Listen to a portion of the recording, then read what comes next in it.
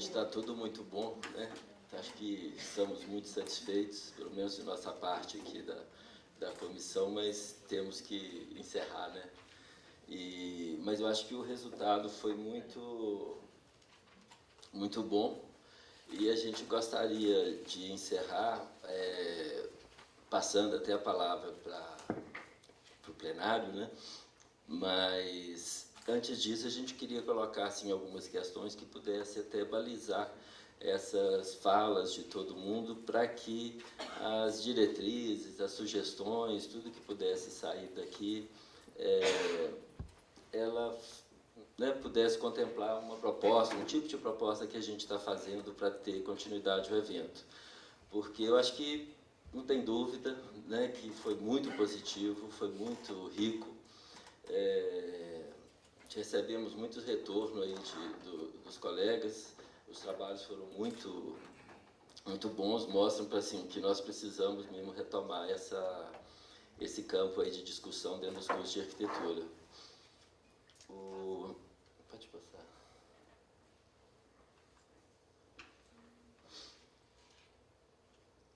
Isso, algumas informações assim, de ordem mais operacional, né? Os anais, eles vão ser enviados por forma digital, a produção vai ser digital deles. Nós fizemos os registros, né, das palestras, das apresentações, ainda não temos um modelo de como vamos passar para todos, mas vamos organizar isso, né, futuramente todo mundo vai ter acesso. E com relação aos certificados, eles também vão ser feitos aí de forma digital, enviado para os e-mails das pessoas. Houve durante a inscrição um problema de registro de coautoria, né? Muitos trabalhos ficaram registrados só com o primeiro autor, mas a gente vai corrigir isso também, os certificados vão contemplar todos aí.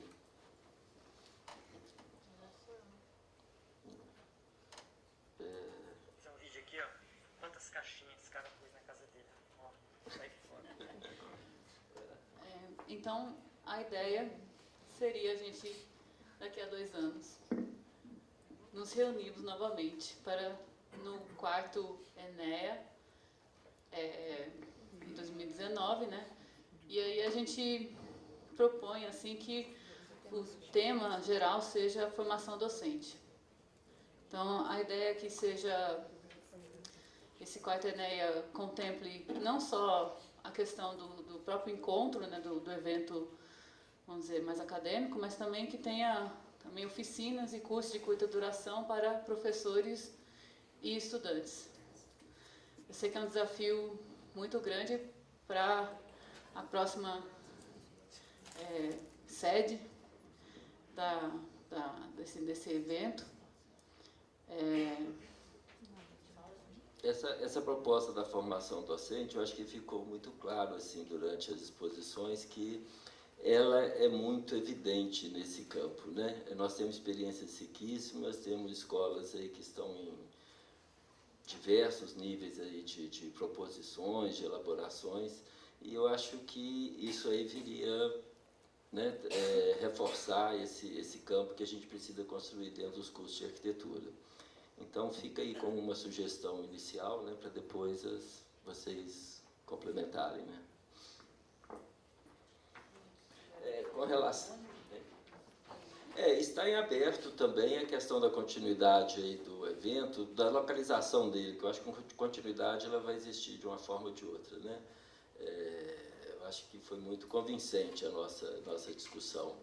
Então, está em aberto aí proposições de realizar, né, onde realizar o próximo evento, que seja em 2019. Eu queria me antecipar, né, porque como eu já conversei, poderia só para antecipar, não? É que eu sou ansiosa, né? Eu sou jovem, ansiosa, né? Eu não passei para ter uma certa maturidade. Mas eu já conversei com meus colegas de departamento, inclusive em pleno, e falei para eles que eu gostaria muito de levar lá para Recife, mas não só Recife, mas integrar com os colegas de João Pessoa, Elinho, Germana e o pessoal do Rio Grande do Norte, que a gente tem vamos dizer, tem uma proximidade muito grande, né, entre as 3 cidades. Já não tem morro, tem praia. Vai ser uma dificuldade, né, essa concentração diante de uma praia. belas, mas está aí a nossa candidatura, né, para essa próximo evento.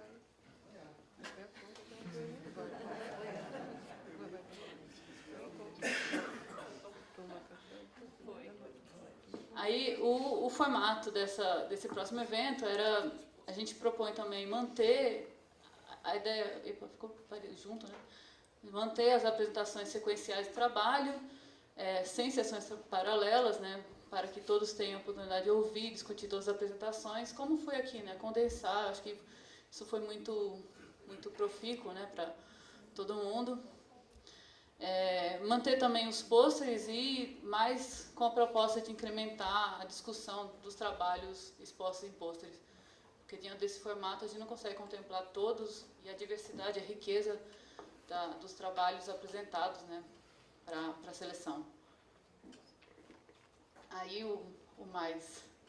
as propostas de temática para as sessões seriam dimensionamento estrutural, uma das propostas, modelagem digital e afins, trabalho com modelos e protótipos nos âmbitos conceitual e operacional, qualitativo e quantitativo, história relacionada à concepção estrutural, então seria a história das disciplinas, história das representações, história dos métodos, história de difusão, das tecnologias, e etc.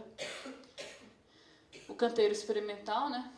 E ações extensionistas que tem a ver com essa relação com o ensino de estrutura. Então, essas são uma diversidade de propostas, né? E também a gente propõe, dentro disso, a interlocução com outras disciplinas e entidades, sobretudo, né? Então, quer falar melhor disso? A questão das práticas de ensino e aprendizagem, o desenho de ambiente de ensino e aprendizagem, essa interlocução entre a questão do currículo e atribuições profissional e experiências internacionais, né? Tentar trazer essas experiências como do Rural Studio, o Gran Atelier e de Valparaíso. Deixa eu ver se tem mais alguma coisa. Esse é o último. Essas questões da prática de ensino e aprendizagem é a possibilidade de relação do nosso campo de ensino aí específico com, por exemplo, a área da educação, da pedagogia, né, que pode contribuir muito. Os ambientes também digitais possíveis ou de trabalhos aí colaborativos, a questão do conselho, né, também a questão das atribuições. É isso. A gente queria passar agora a conversa para esse lado aí. Queria só complementar uma questão aqui. Acho que o formato, que é o que a gente gostaria muito de ouvir de vocês, assim, porque é claro que não cabe tudo, já não coube, né, dentro deste evento tudo que a gente gostaria de fazer e a gente acabou fazendo mesmo assim. Quer dizer, fica tudo muito corrido, né? Então, ficamos praticamente aí a Rita vai ser a pessoa mais chata, considerada a mais chata do encontro aqui.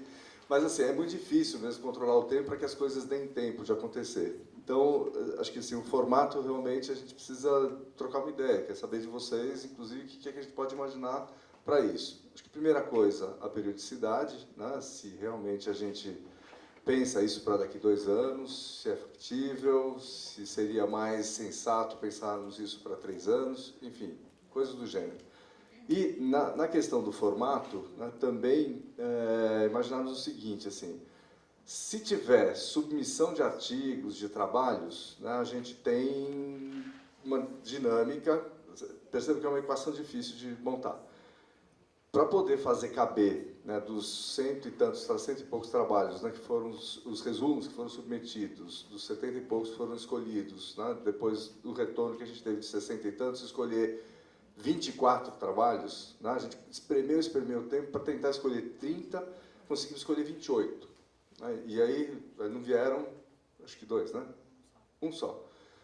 Então ficamos com 27 trabalhos sendo apresentados, e essa correria, né? Então, se a gente pensar ainda, né, no formato de cursos, né, de pequenas oficinas, tal, quer dizer, como é que a gente encaixa isso tudo? Né?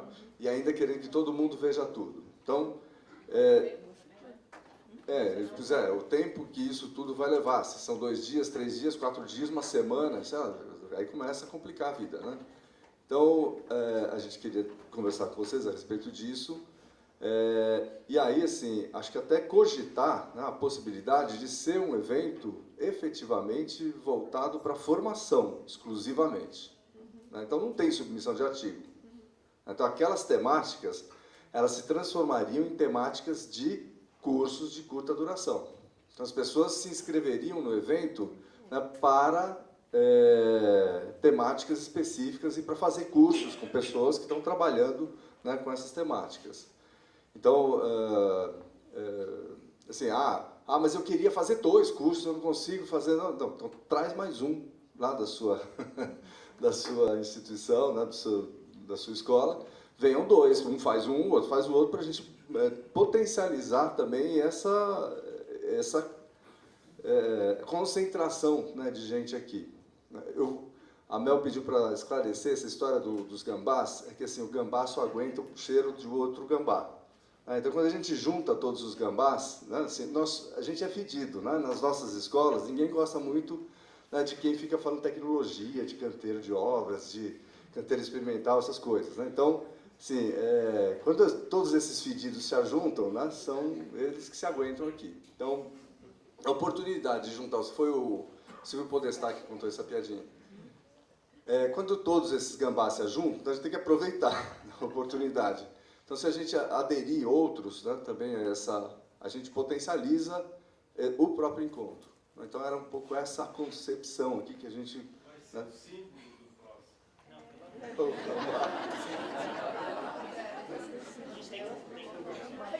Era isso. Agora, as inscrições... Quem levanta a mão? É o mascote.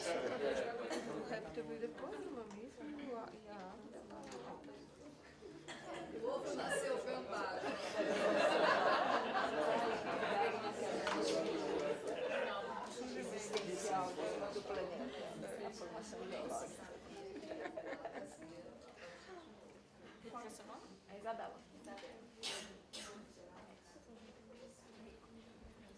Pois é, tem um ar tão forte.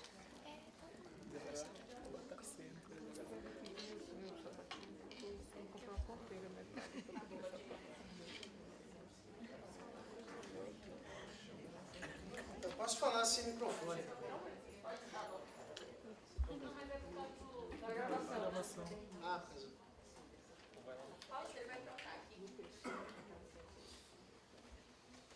Você gostou tanto da cadeira, pode...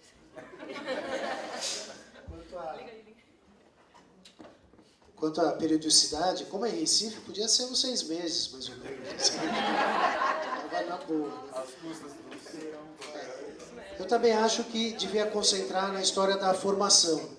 A gente tem visto essa carência aqui e elas vieram de diversos pontos. Então, talvez fosse uma oportunidade da gente começar a fazer uma síntese aí. Ainda a nossa demanda ainda está sincrética, assim, e talvez a gente conseguisse aglutinar algumas sínteses e alguns pontos que ajudassem a gente a escolher ações, né?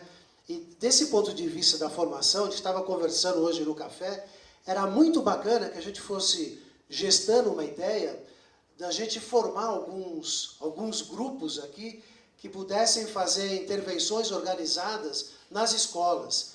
Porque assim, o gambá, né, esse gambazinho, sozinho, aqui a gente vira gambazão, né? Assim, não tá um grupinho, né? Tá com uma matilha de gambás, não sei se é esse o coletivo. Mas a hora que a gente volta para a escola, a gente fica de novo ali, aqui e tal, dali. E se a gente conseguisse fazer ações nas escolas com um grupo organizado vou chamar forte assim, né? Da organização que estuda essa formação, esse lado da formação, propor oficinas nas escolas, a gente ia conseguir transferir para aquele gambazinho lá um pouco da visão de um conjunto que está trabalhando aqui. Então, proponho que foque na formação e aumento aí para a gente ficar gestando essa ideia e voto nos 6 meses.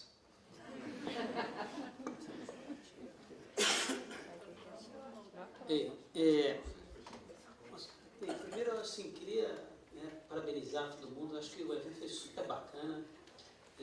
Acho que com todos que a gente andou conversando, acho que todo mundo gostou muito. Isso me fez, de uma certa maneira, retomar um pouco o tesão pela história da estrutura, assim, que eu estou uns 2 anos largando essa disciplina, larguei, afastei para mexer com o projeto, e deu vontade de pegar optativa de novo para mexer com isso.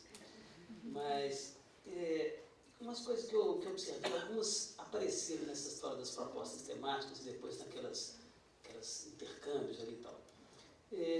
Que eu vi que foi curioso, assim, o nome é Encontro Nacional do Ensino, Estruturas para Arquitetos, né? Escola de Arquitetura. Mas boa parte das apresentações, dos trabalhos, foram relacionados à construção, né? Vinculadas a essa história da materialidade, do canteiro, tectônica, que foi uma palavra que eu acho que apareceu de um jeito legal. E aí fica para mim uma coisa que é um pouco, me fez lembrar o termo que a Silvia usou lá do conhecimento confuso, assim, porque estrutura e construção tem muito a ver, mas não é exatamente a mesma coisa. E a gente vê que os trabalhos trafegam muito assim, por essas duas coisas mais ou menos juntas, assim. Isso me fez pensar assim, aqui foi muito discutido assim, o como ensinar, mas eu fiquei um pouco assim, com a pulga atrás da orelha, assim, o que ensinar? Onde é que entra o limite do que seria ensinado para esse profissional, né, que vai lidar com a construção? Porque eu fico achando que, no caso da arquitetura, eu acho que o déficit de conhecimento ligado à construção ele é maior que o déficit relacionado à estrutura, conhecimento estrutural. Acho que a engenharia também passa por aí, né? Eu fiz arquitetura e fiz engenharia sem meter a mão no tijolo. Então, essa história me faz pensar também na questão que vocês mencionam ali, da atribuição profissional, da questão das diretrizes curriculares, que eu acho que elas, na hora que a gente vai ver as atribuições profissionais, a gente lida com uma realidade louca, né? Assim, o engenheiro tem uma disciplina lá de desenho, de arquitetura e pode projetar qualquer coisa. O arquiteto, dependendo da escola, sobrevoa cálculo e pode calcular quase qualquer coisa. Então tem uma discrepância muito grande entre o que é a formação e a atribuição profissional. E isso, junto às entidades, tem uma história maluca também de protecionismo, né? Aquela coisa ali de reserva de mercado. Mas se a gente pensar assim, na arquitetura, enquanto uma coisa que vai ser projetada, construída e depois usada, qual que seria o perfil desse profissional que vai lidar com essa coisa? Assim? O que seria essencial desse cara aprender? O que poderiam ser conhecimentos complementares, ramificados, sei lá. Então, assim, eu senti um pouco que isso, de uma certa maneira, acho que não apareceu, ou apareceu muito de maneira um pouco fragmentada. Isso, de uma certa maneira, o foco do que o arquiteto precisa saber. Sabe? Eu acho que isso é uma coisa que me botou uma pulga atrás da orelha. Isso me faz lembrar da história do exemplo na Espanha, né, que não existe, acho que em outros lugares da Europa também, não existe a figura do engenheiro civil. Você tem um engenheiro de pontos e caminhos, que é o engenheiro de construção pesada, e tem um arquiteto, o cara que toca a obra, ele é tipo um tecnólogo, uma formação de uns 3 anos, uma coisa assim, e o arquiteto é o cara que, ao bancar o projeto dar certo, é ele que vai coordenar a obra. Então ele tem uma gestão pelo processo todo. Assim. É uma lógica que é muito diferente da nossa. Então isso então assim, essas considerações que eu acho que podem eventualmente estar perpassando aí essa história de um desenho futuro. E outras questões que eu já tinha mencionado, essa questão da tecnologia também acabou entrando aí, acho que é um caminho bacana dessa história da para frente. Com relação ao formato, essa história de não ter as coisas paralelas, acho que deu uma imersão que é muito bacana. Nesses eventos que você fica tudo com as coisas paralelas, é um troço muito fragmentado, você não tem noção, você não conhece. É um troço meio maluco. Por outro lado, os posters, eles ficam um pouco, você não consegue muito compartilhar muito bem a experiência. Talvez essa história dos paralelos acontecerem, mas reduzidas em um turno só, uma coisa qualquer, assim, sabe? Em que você consiga dividir com especificidades muito características, se acontecer, eu acho que tem que ser num período muito curto mesmo, para permitir esse contato contínuo com todo mundo, que eu acho que é muito mais rico do que essa fragmentação. É isso. Parabéns para vocês, gente.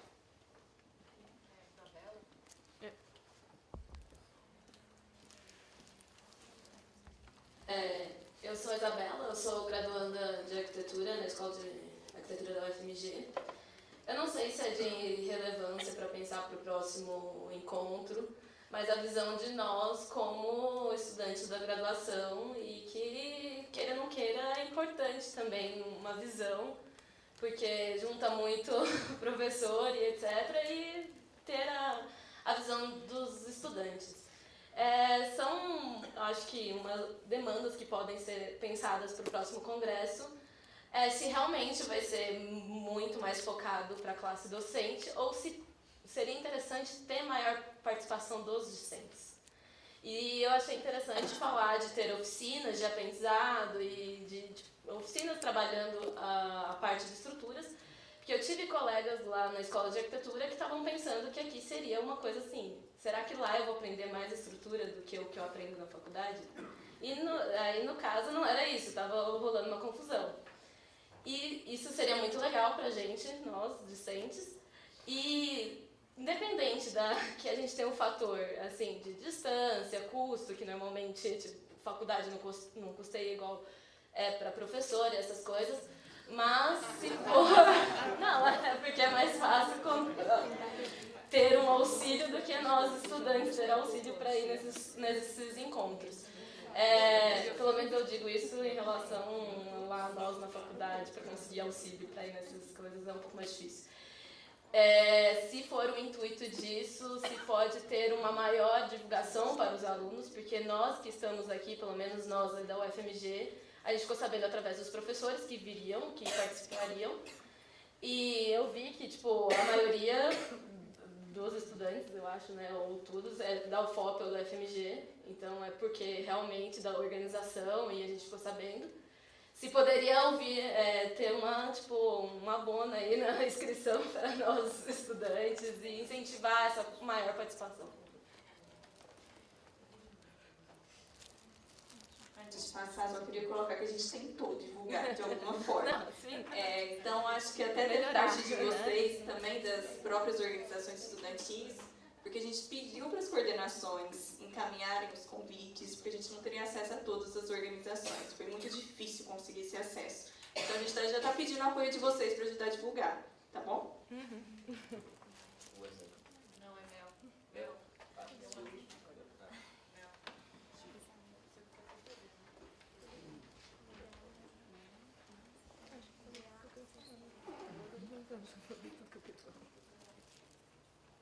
Só para não ficar de costas para ninguém.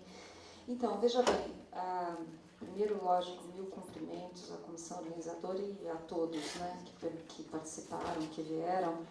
Eu acho que, de fato, é uma grande alegria a gente constatar a realização desse evento e ver que a gente está resgatando esse percurso que foi iniciado aí há 40 anos atrás. Eu penso que é desejável manter este evento relacionado ao ensino de estruturas. Vou dizer por quê. Não porque eu considere que todas as outras questões tecnológicas relacionadas à profissão estejam melhores do que a questão de estrutura, mas eu penso que é uma forma de fato, promover avanços, né? Porque talvez a gente possa considerar o seguinte: as outras questões, as instalações, os sistemas, a parte de controle do ambiente e tal, a gente tem a possibilidade de resolver isso de formas muito variadas, mas a questão da sustentação da forma arquitetônica me parece que é uma questão muito central quando a gente pensa na qualidade, né, da arquitetura, na questão toda de evoluir para outras formas de resolver o ambiente construído, enfim. Então, em relação à inquietação do Antônio, acho, né, Antônio Grilo, isso, né, Antônio? Eu entendo que é desejável que a gente tenha outros espaços de discussão, mas eu acho que a gente já tem uma história dessa questão da sustentação da forma arquitetônica, da resolução estrutural. Então, eu penso que o ENE, aí a gente tem que analisar ali a sugestão do Iobanã de que a aprendizagem deve estar também como foco, enfim. E aí o que a gente poderia fazer em relação à periodicidade, de fato, 2 anos, eu me lembro que o projeto do evento, se não me falha a memória, ele foi formulado ali em 2014, não é isso, Malu? Foi no parque, aquela reunião e tal. Então, caso se conclua que 2 anos não sejam suficientes, enfim, mas uma coisa que pode funcionar seriam eventos preparatórios. E aí talvez esses eventos preparatórios eles possam seguir um pouco essas temáticas, até em termos da competência de algumas das escolas em relação a esses temas, né? Quer dizer, a gente percebe que talvez em relação a uma ou outra temática, algumas escolas estejam com uma experiência já mais consolidada e possam sediar alguns eventos preparatórios. Fica como uma sugestão, aí, eventualmente, no sentido de suprir um pouco esse lapso do tempo. Uma coisa que me parece interessante aí a ser feita, e poderia se imaginar se algumas pessoas se disponibilizariam, seria, nesse período, fazer uma atualização, talvez, aí da questão mesmo da qualidade dos processos de ensino e aprendizagem e estrutura que a gente tem nas escolas hoje. Eu mencionei aqueles estudos que eu vinha fazendo na apresentação sobre o tempo curricular. Isso gerou uma certa dúvida. O professor Mário até levantou um questionamento, né, em relação a isso, porque a gente tem diferentes experiências no Brasil, mas ao longo das discussões eu percebi pelo menos uma certa recorrência quanto à questão do tempo curricular, enfim, quanto à questão da gente não ter uma base. Alguém comentou aí de que seria interessante que a gente tivesse pelo menos uma base comum de conteúdos e práticas que garantisse uma competência, né, que a gente possa garantir do arquiteto no Brasil, independentemente da gente ter variações regionais. Então, uma sugestão que eu deixaria aqui, talvez até para algum desses eventos preparatórios, é uma atualização desses dados, né? Quer dizer, como é que nós estamos realmente em termos de Brasil como um todo. Acho que isso aí poderia ser compartilhado com as equipes de avaliação que a gente tem, em relação ao tempo curricular, aos conteúdos, às práticas didáticas, alguns resultados de desempenho mesmo, né? Me ocorreu também que talvez até alguém já esteja fazendo um trabalho muito na linha do que a Rita fez, mas de ter um certo diretório das teses de doutorado, as dissertações de mestrado, já que tratem desse assunto, enfim, que possa ser disponibilizado no sentido de auxiliar essa discussão. A participação de alunos, eu acho que de fato é uma coisa que a gente deva assim, tratar com bastante carinho, mesmo que seja, sei lá, em alguns formatos diferentes aí e tal, mas eu acho que é uma coisa muito importante. A gente ficou feliz de ter a presença de alunos aqui, talvez os alunos que estão relacionados aí a projetos de pesquisa, a iniciações científicas, enfim, que possam ser considerados já como, né, um corpo de discussão junto ao corpo docente, e eu acho que é uma coisa importante realmente da gente colocar na listinha aí que a princípio faltou. Ainda tem deslocamento.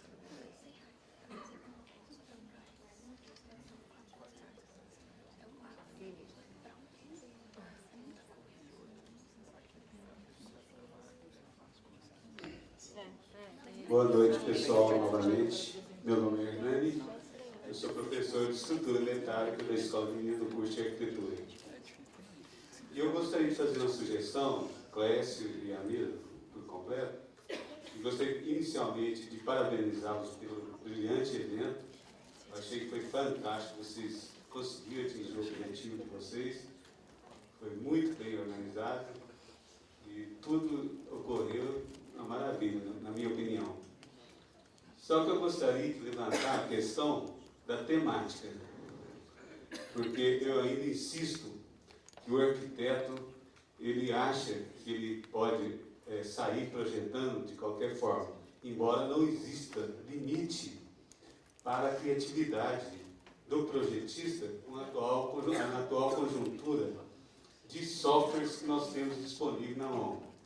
Mas, gente, eu vou mostrar um negócio para vocês agora. Eu estou com esse celular na mão aqui, ó. Esse celular é de última geração. E, modéstia à parte, quem tiver um celular quiser fazer essa verificação, pode verificar aí agora. Quem dividir 10 por 3 aí, no celular, vai dar 3, vai dar uma dízima, né? 3,33, 3333. E se depois multiplicar de novo por 3 no celular, pela calculadora que tem no celular, se ele arredondar para 10, seu celular é de última geração.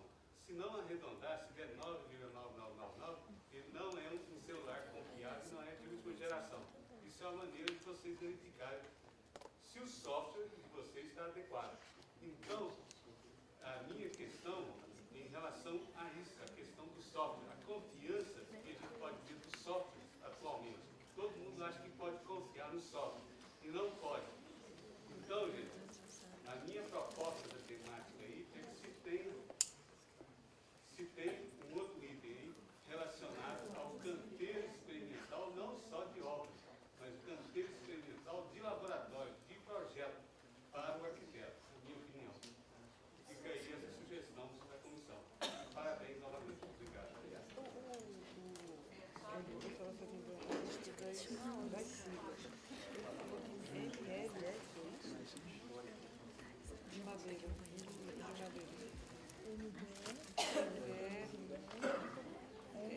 Rapidinho, só parabéns para todos que participaram aqui. Eu acho que o formato do evento foi muito legal.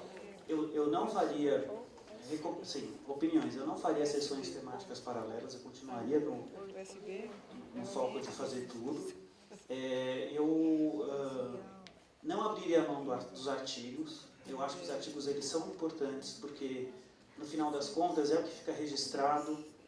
Não é só o artigo que fica registrado, mas até para os estudantes depois terem acesso a todas as experiências, ou mesmo para a gente que viu as experiências aqui, né, e que eu fiquei tranquilo de não anotar tudo, né, porque eu sei que eu vou ter acesso aos artigos.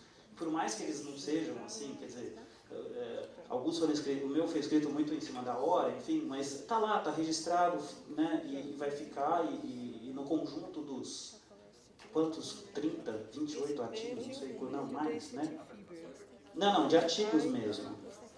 Quer dizer, no conjunto de 80 artigos a gente consegue ter um panorama, acho que muito legal. E esse registro, eu acho que tinha que ficar. Por último, então, talvez no próximo encontro, focar mesmo, né, nessas questões de ensino. Eu ainda continuo com a dúvida, assim, algumas dúvidas práticas. Quer dizer, a gente não vai chegar a certezas, mas assim, minha dúvida continua, aumentou, né? O repertório ficou mais rico, mas, por exemplo, como é que a gente traz, como é que a gente reconecta esses conteúdos de estrutura, por exemplo, no ateliê de projeto? Eu sei que tem muito artigo que trata disso, por isso que a gente pode abrir mão dos artigos, né?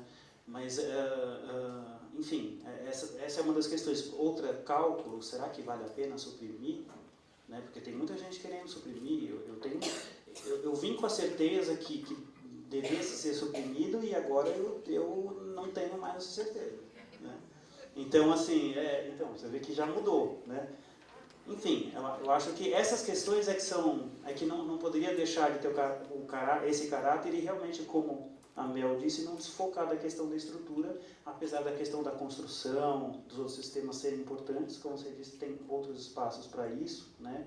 Em certa medida eles estão interligados, então acho que o canteiro experimental pode ser uma coisa legal para isso, né? Enfim, mas pensar, acho que não pode perder esse foco, é isso. Uhum.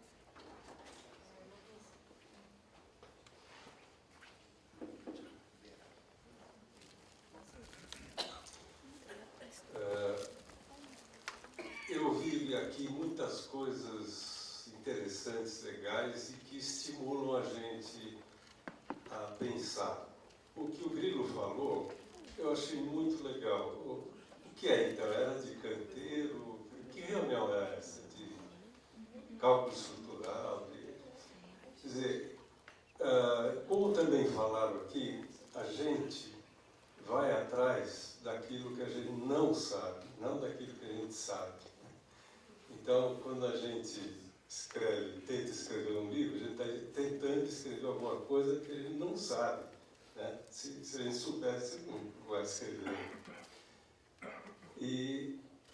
Então, eu acho que, assim, o nosso encontro é de ensino, de estrutura. Eu acho que era uma área que todos nós que estudamos arquitetura achávamos ela muito deficitária. Então, acho por isso que todos nós começamos a nos interessar por isso. E que o canteiro era uma forma da gente se apropriar um pouco, né? Então, a obra, a gente percebeu que a gente tinha fugido da obra e ficado só dentro do ateliê, do escritório. Eu acho, com certeza, no próximo, vai rolar coisa de sustentabilidade e tal. Por quê? Porque eu mesmo acho que eu me interessei por estrutura porque eu queria construir coisas maiores, mais legais, gastando pouco, economizando material, fazendo uma coisa menos agressiva, né, para o nosso ambiente. Então, eu acho muito complicado mudar o nome. Eu acho que é melhor manter esse nome, sabendo que a gente vai receber todas essas contribuições. E eu acho que foi riquíssimo esse encontro, porque a gente ouviu coisas, viu coisas super interessantes e muitas coisas que eu não sei e gostaria de estar trabalhando com isso um dia.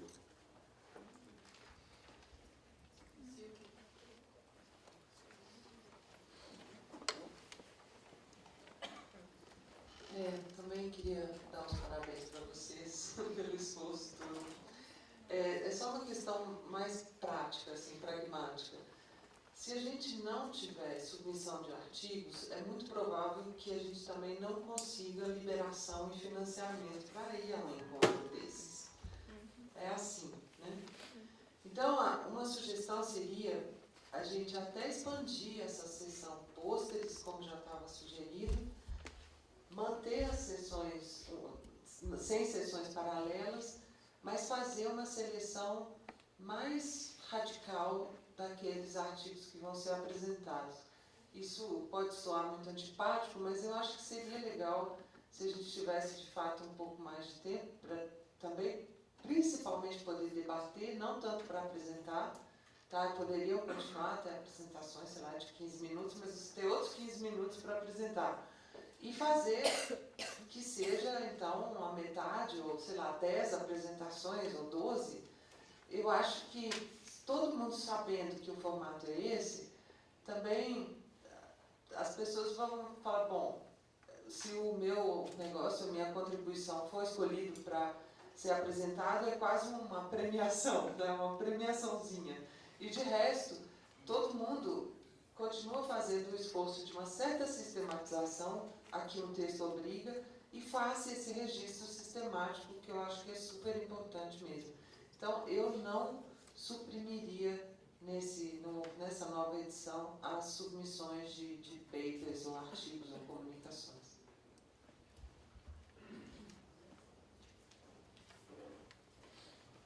Mais alguém? Eu vou só concordar com a Silvia, que eu acho que essa história, o acervo que isso fica depois desse material é muito bacana. Eu acabei de mudar das escolas particulares para uma universidade federal e eu acho que uma diferença muito grande que existe entre os dois ambientes é que nas escolas particulares, talvez porque o aluno é um pouco mais fraco, a gente é obrigado ou orientado de uma maneira quase obrigatória a fazer cursos de formação no aspecto pedagógico, né? Então a gente tem a gente tem que aprender, tem que conhecer o perfil do aluno muito mais do que os professores nas escolas universitárias, nas escolas públicas conhecem. E aí, mudando para uma universidade federal, eu percebo que existe um certo comodismo de professores que ensinam do mesmo jeito que eu aprendi há 20 e poucos anos atrás, né, o que todos nós aprendemos, porque o aluno é melhor. Então, para um bom aluno, a gente consegue ensinar quase que de qualquer jeito.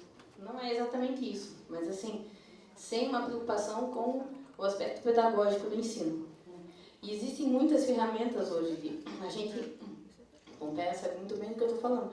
A gente é cobrado a fazer na escola particular cursos de metodologia ativa, conhecer o aluno, o perfil do aluno e quanto tempo o aluno consegue, de fato, abstrair ou absorver um pouco da informação sem se abstrair, sem apertar outro botão, né?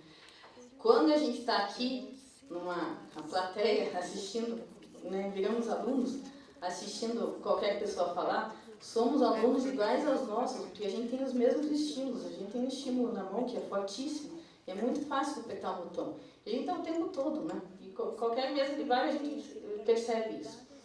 Então, se percebe aqui mesmo, no meio de ensino, a gente sentado e analisando criticamente quem está falando, percebe que falta uma preocupação pedagógica no ensino, até quando a pessoa que está aqui está se apresentando para a gente, né? Então, somos professores, né? E a gente não veio aqui para questionar os professores e acabou questionando, né?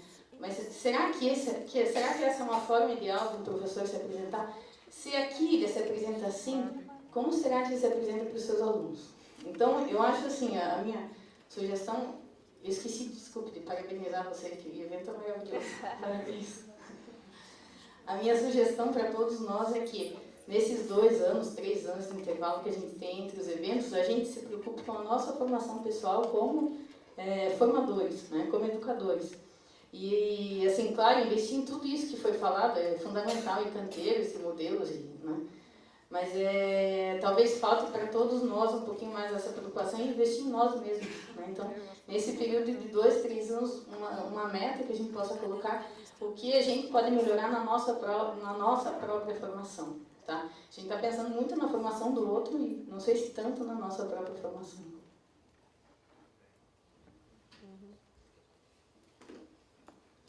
Eu escrevi. Não, eu queria só colocar uma coisa aqui, uma preocupação minha. Porque, não sei se tem isso nos outros cursos, mas eu também não sei se eu deixei claro na apresentação minha de tectônica, da disciplina que eu dou. Na verdade, o projeto pedagógico lá da Federal de Pernambuco, ela é integrada em todos os sentidos. Então, o projeto lá não é projeto arquitetônico só. É projeto arquitetura, urbanismo, paisagismo. Bem, o que eu acho disso? Eu tenho uma tendência, assim, eu acho isso muito complicado, sabe? A gente tem uma formação, ainda o CAL insiste nessa formação generalista do arquiteto, a gente sabe que não é de verdade, não acontece isso. Cada um de nós aqui, nessa confraria Gambás, a gente sabe que a gente é especialista em arquitetura, ou tenta ser, né? E dificilmente a gente tateia áreas de planejamento. Paisagismo, eu não tenho a mínima ideia o que é, assim, os alunos me ensinam o que é paisagismo. Porque são áreas, assim, não tem como a gente abarcar tanta coisa assim num curso de 5 anos. E, claro, lá em Recife também não se forma. Foi uma surpresa minha, porque em São Carlos era mais comum formar em 5 anos. Não sei se hoje ainda mantém essa tendência. Mas em Recife, dificilmente o aluno também se forma em 5 anos. Assim, só se ele fizer um esforço assim, sobre-humano para completar toda a carga horária necessária para se formar, né? Que é aquela carga horária do currículo mínimo que o professor Polilo comentou no primeiro dia, né? A gente tem essa marra, né? E eu acho mais complicado ainda é pensar, que a Mel colocou também, é pensar, batalhar, brigar dentro desse perfil a questão de estruturas, tectônica, construção, assim, eu não tenho um nome, mas eu acho brigar por espaço, por carga horária, sabe? Porque os alunos voltando, eles estão sobrecarregados novamente. Eles estão sempre sobrecarregados porque eles têm que ter essa formação generalista, essa ilusão de que vão ser esse grande formador, sabe? E eu acho que a gente está esquecendo aqui que acho que todo mundo tem esse problema. Ninguém está numa escola de arquitetura só, ou uma faculdade de arquitetura, porque a gente aqui no Brasil forma arquiteto e urbanista, não é? Então eu fico pensando assim, minha maior preocupação é como a gente briga por um espaço, sendo que tem esse problema que a gente não consegue resolver. Que foi uma opção assim desse novo conselho de manter essa ideia moderna, né, do arquiteto generalista, só que a gente sabe que hoje em dia o perfil não é mais generalista, porque a gente não dá conta nem de, muitas vezes até os alunos falam, eles não conseguem nem saber como o edifício se mantém em pé, como se sustenta, né? No final, porque às vezes é o arquiteto que vai virar, sei lá, opta por outra coisa, né? Mas ele ganha o título de arquiteto também.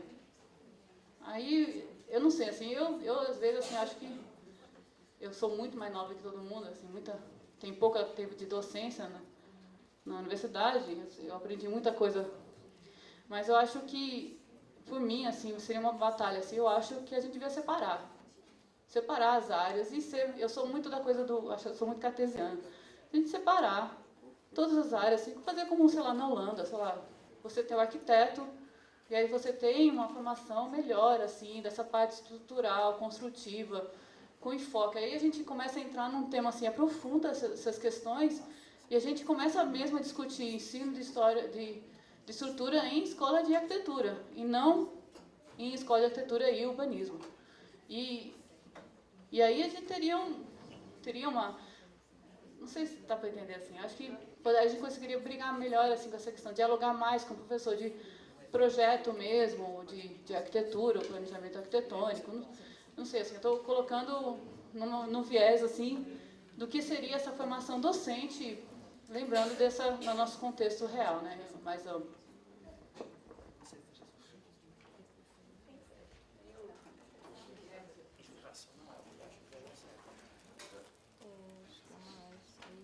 Bom, boa noite.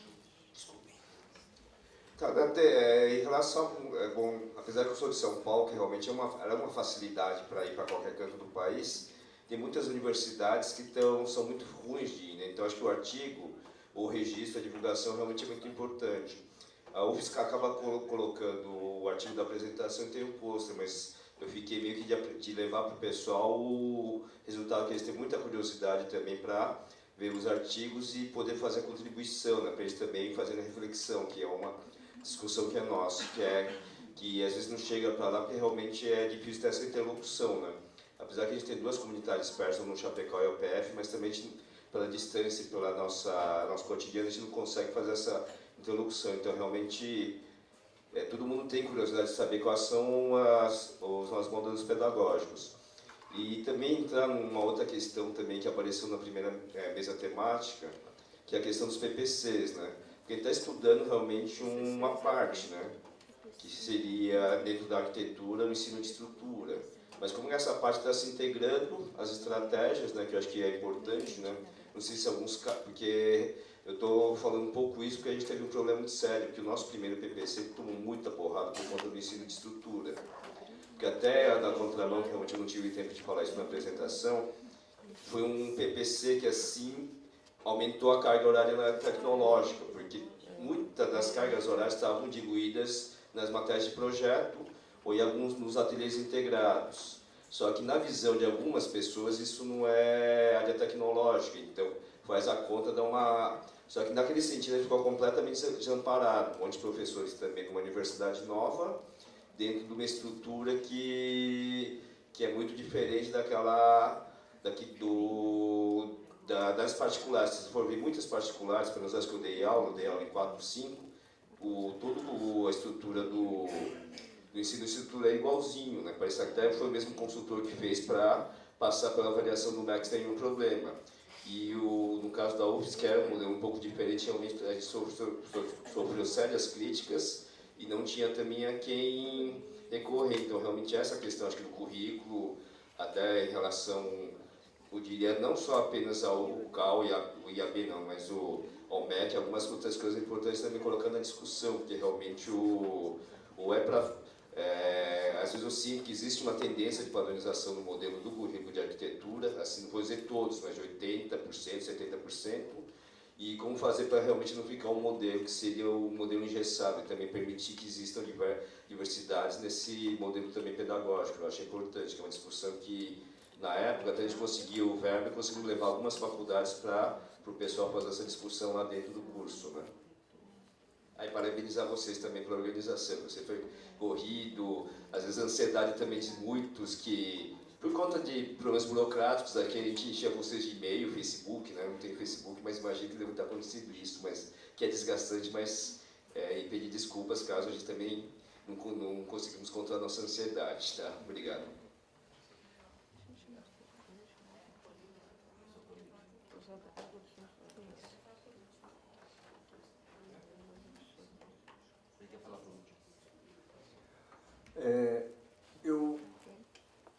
Eu acho que isso me convenceu especificamente. Assim, era uma dúvida realmente que tinha em relação a isso. E se o que rematou, assim, botou radical.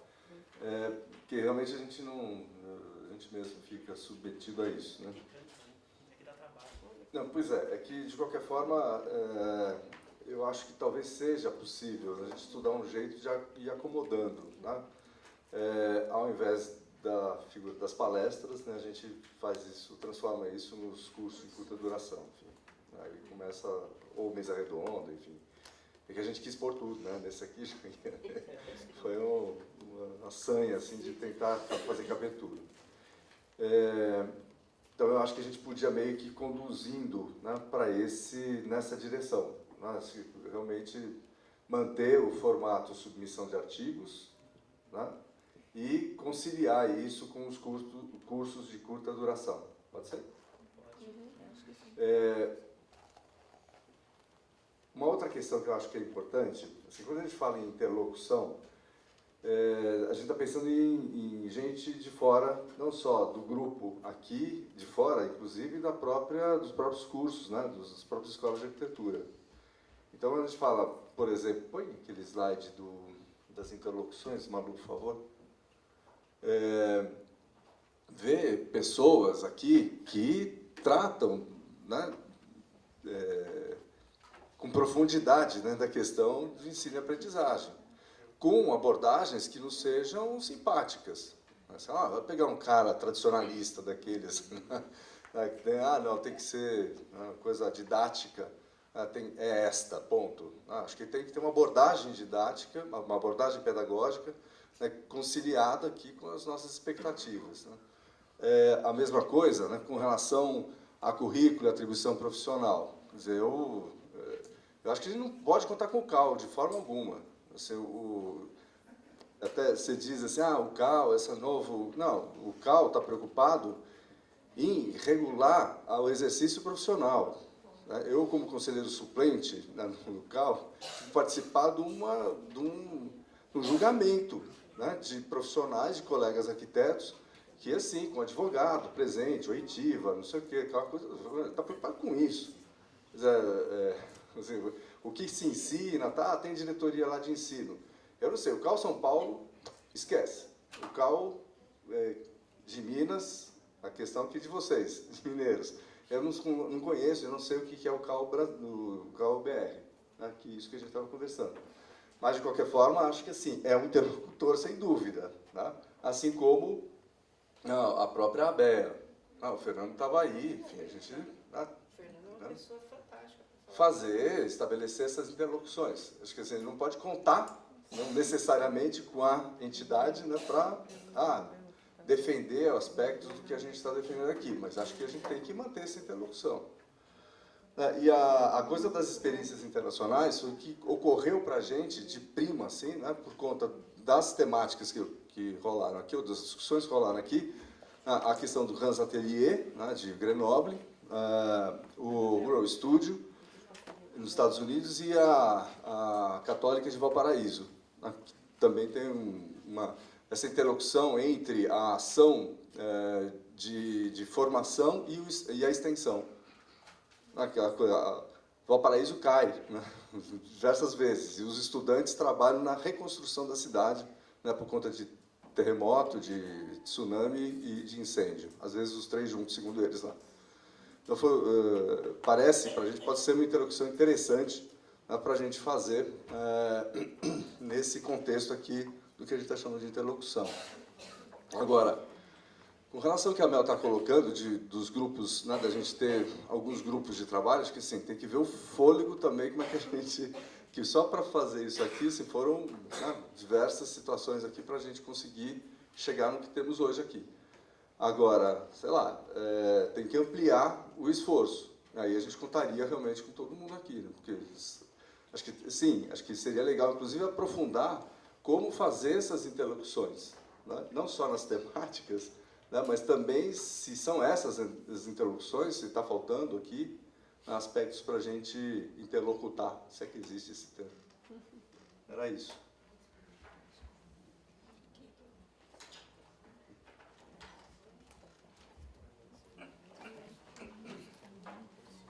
Quem vai falar com vocês é um privilegiado.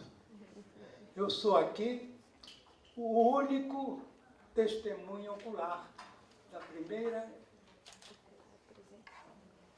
ocasião em que um grupo de gente interessada em melhorar o ensino de estrutura se reuniu em São Paulo. E agora estou aqui, a convite generoso de lembrarem, não é de um gambá, não. Eu não sou gambá, eu sou dinossauro. Eu quero mostrar aqui as temáticas que vocês estão. É para analisar todas ou algumas? Dimensionamento estrutural. É muito geral. É geral. Impõe cálculo. Impõe detalhamento. Nós vamos exigir de um aluno de arquitetura que, para o seu trabalho, ele dê o dimensionamento estrutural. Eu diria, e fico muito satisfeito, quando, no caso do edifício, que é o mais fácil, a gente só fala no edifício. O outro estava reclamando que fala em concreto armado. E nós só falamos em edifício. Não é só edifícios. Existe obra de toda a natureza. Mas até no edifício eu fico satisfeito se o aluno souber colocar os pilares e pré-dimensionar os pilares, saber qual é a dimensão, e que ele saiba que esses pilares devem ser colocados para atender a 2 ou 3 imposições do próprio projeto. Isso, naturalmente, é um diálogo que deverá ser estabelecido e que vai dar lugar a esse pré-dimensionamento. Então, eu diria pré-dimensionamento estrutural. Dimensionamento é exigente demais. Modelagem digital e afins. Me assusta. Me assusta. Porque pode parecer que a gente vai buscar ideias numa modelagem digital e afins. Tão bonito isso, né? A gente vê. Tudo bem, a gente pode até ter curiosidade de usar, de conhecer, de fazer uma análise crítica, de ver o que é bom. Não é derrotar. Trabalho com modelos e protótipos nos âmbitos conceitual e operacional, qualitativo e quantitativo. Meus amigos, está muito complicado ali. Tem uma mistura ali incrível. O que é modelo operacional qualitativo? É aquele modelo que todo mundo imagina. É aquele da fenomenologia, não é? Dos fenômenos estudados. Desculpe o pleonasmo. Então, é para analisar os fenômenos estruturais, para dar ideia de que se pode passar no projeto. Muito falaram do Mola, que estava ali. O Mola está bem, ele dá uma ideia, mas ele está ali muito restrito a um caso particular.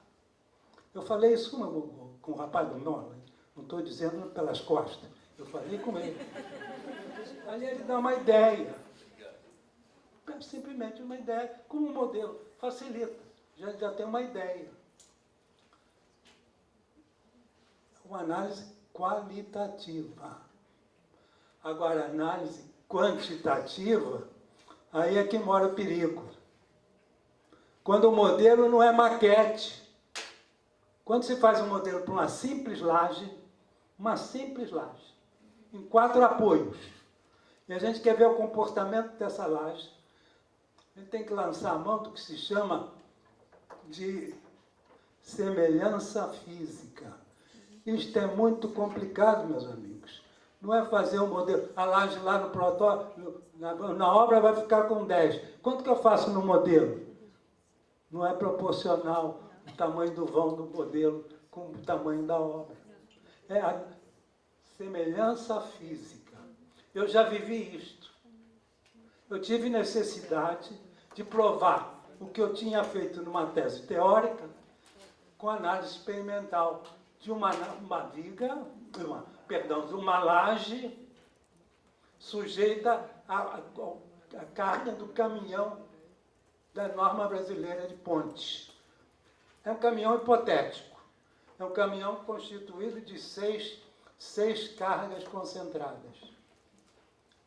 Na hora de executar o modelo, primeiro, nós fomos aprender, lembrando algumas noções que tinham dado em física, da semelhança, que não foi fácil. O orientador da tese, que foi conferir as minhas fórmulas, era o Fernando Lobo Carneiro, talvez o homem mais experimentado do país. Ele tinha sido do Instituto de Tecnologia e tinha entrado para COP. Foi o nome mais respeitado da COP. A Vera, minha filha de doutorado, foi orientada pelo Fernando Lobo Carneiro. Já citei isso na minha primeira fala, né? Pois é, o Fernando Lobo Carneiro também foi humildemente estudar. Fizemos um modelo. Fizemos 5. Depois de ensaiar e errar, ensaiando e errando que se aprende, nós chegamos a 3 modelos certos, conferimos. O resto eu não vou contar, porque seria falta de modéstia eu dizer a vocês que eu estava prevendo uma carga de ruptura de 10 e o modelo rompeu com 10,1. Então é muito complicado. Isso para uma simples laje. Imaginem vocês se a gente pretender fazer um modelo para algo mais complicado. Eu dividiria ali em A e B. A e B. Para ficar muito diferenciado ali. Nós vamos chegar à conclusão que nós vamos ter que aprender todos. Eu vim aqui para aprender, meus amigos. E olha, não é para agradar vocês, não. Eu aprendi muito. E vou até morrer aprendendo. Porque uma coisa que eu estou convencido, isso é repetição, todo mundo diz, quanto mais eu vivo, mais eu verifico que eu não sei nada. Isso que é verdade. História relacionada à concepção estrutural, certo? Isso já houve muito depoimento aqui. Canteiro experimental é válido.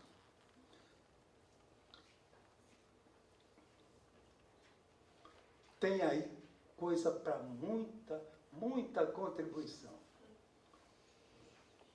Eu volto a insistir e repito. Eu achei que todo mundo aqui se manifestou com a maior sinceridade. Não houve aqui nenhuma vontade de aparecer, de dizer. Foram testemunhos. Alguns, naturalmente, passíveis de uma crítica construtiva, incentivando a continuar. Como eu disse, ninguém nasce sabendo. E ninguém acerta de primeira, não. A gente vai e acaba acertando. Né? Mas que era isso que eu queria dizer. Quanto à organização, eu participei de muitos congressos. Dinossauro, né? Participou de muitos. E raramente encontrei tanta ordem. às vezes a gente vê um telefonema, um cara está oferecendo alguma coisa, ele diz assim, de 0 a 10, o que o senhor achou do atendimento? Eu de 0 a 10, eu digo assim, 10 é pouco. Então é 10 com louvor para a organização. 10 com louvor. Muito obrigado.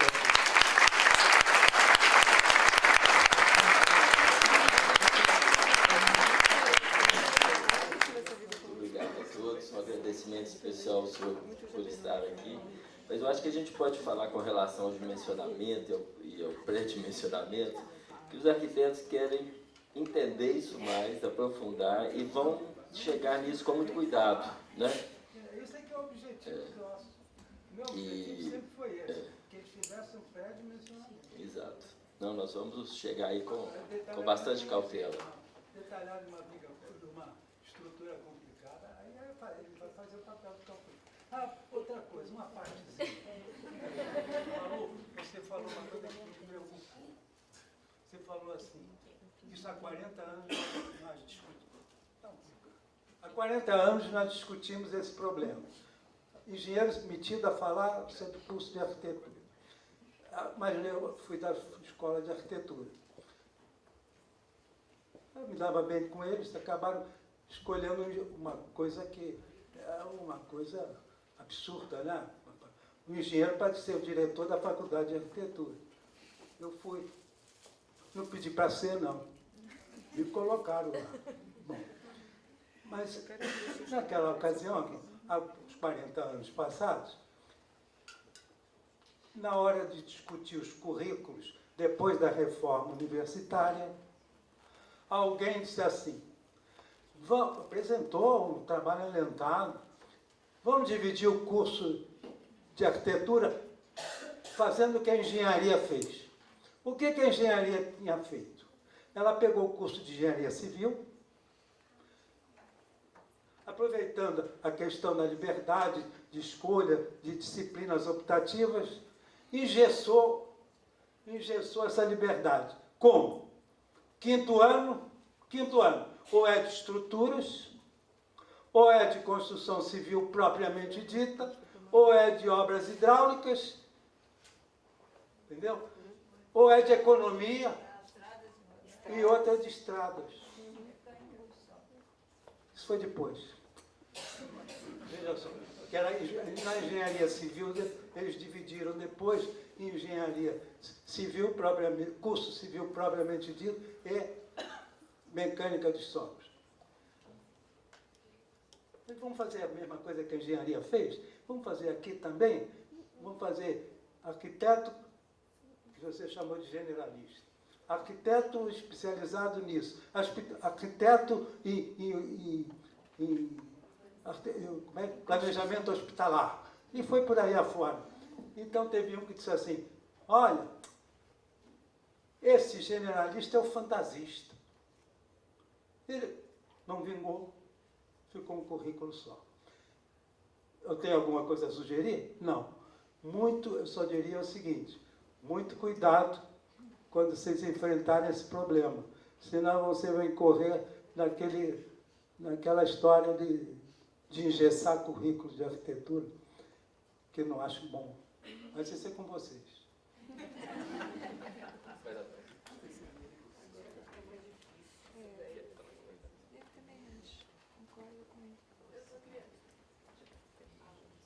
Alô? Eu só queria esclarecer que, na verdade, não é isso. Era mais pensar assim, meio que voltar às origens, sabe?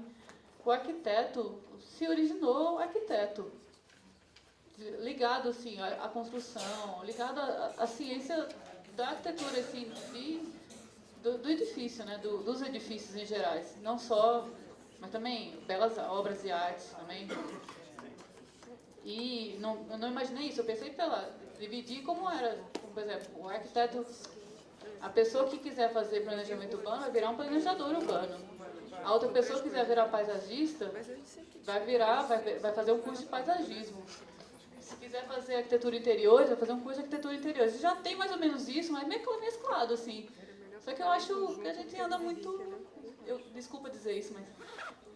Não quero ofender ninguém, mas eu acho que a gente anda muito hipócrita, sabe? Que a gente tem isso já sendo implementado de uma forma aprovada pelo MEC, mas a gente não se dá conta, assim, porque a gente quer sempre ser o arquiteto, generalista, detentor de todos os conhecimentos e não detém nada, né, no fundo.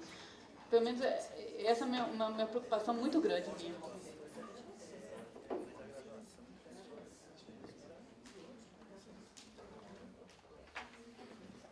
Estou vendo aqui, eu estou me imiscuindo aqui, a gente falou que eles dividiam as tarefas aqui, eu fico também ansioso, querendo... Eu acho que seria importante, né, a gente pactuar aqui com o grupo, né, efetivamente, depois a gente fala assim, ó, o nosso pacto foi esse, aí manda para todo mundo. E aí é igual o sorteio do Mola, quem está aqui, né? Eu anotei aqui algumas coisas do que a gente foi conversando. Ou seja, a gente programa o 4º encontro para 2019. A gente mantém o nome do encontro. Apesar de algumas colocações em contrário, parece que é um consenso de manter o nome do encontro. A gente planeja esse encontro para Recife. Teve uma única sugestão. Alguma defesa em contrário? Alguém quer levar para Curitiba, para Mato Grosso, Goiânia? Eu acho que nesse meio tempo aí a gente pode conversar sobre outras possibilidades. A gente está querendo escapar um pouco desse formato, assim, virar associação, não sei o quê, só... Mas a gente tem que conversar com mais gente, independente, nem só dela. Acho que a gente, então... 2019, Recife, 21 em Florianópolis.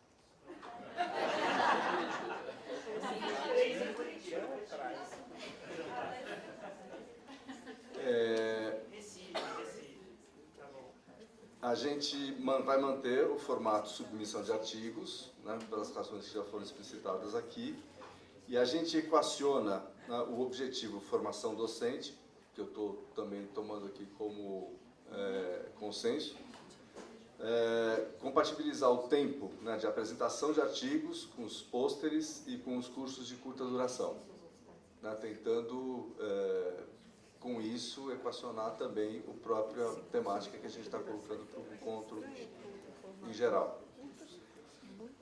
Detalhar no intervalo até 2019 as temáticas propostas, eventualmente com os grupos, né, que a Ana estava propondo,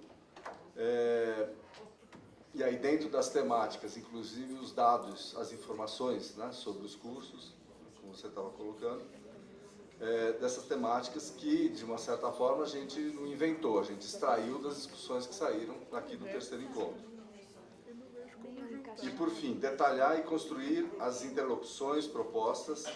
Aí eu acho que eu formulei um pouco melhor aqui, conforme direcionamento político e pedagógico delineado no 3º encontro. Por que político? Porque envolve, né, outras instâncias, como o CAL, como a ABE e tal. E por que pedagógico? Porque também diz respeito à interlocução com experts, ou enfim, ou gente que entende um pouco do que é a didática do ensino superior. Mais alguma coisa? Desconto para estudante. Desconto para estudante. É que já faz parte, mas de qualquer forma a gente, assim, eu vou colocar um patrocínio à participação discente. A data, por exemplo, a gente veio durante semanas de provas.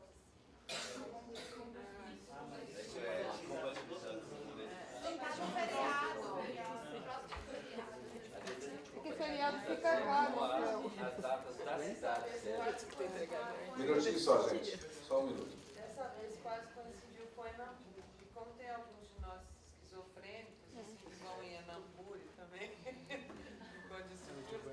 eu acho que tinha que, porque o Enambu também é de 2 em 2 anos, né? Então, se mantiver de 2 em 2 anos, eu acho que tinha que acertar um pouquinho melhor essa data. Sabe? Tem que fugir de feriado. A data do Enambus, né, ela ficou muito próxima, mas a gente lembrou de algumas datas de eventos tradicionais. Tem que fugir de feriado, porque fica muito caro o hotel. Se esse evento fosse na semana que vem, Ouro Preto, nossa, eu estaria lá. feriado religioso, seria caro. Não tem feriado. Não adianta, a data sempre é a data às vezes está muito mais vinculada a recursos também que você consegue nos encontros.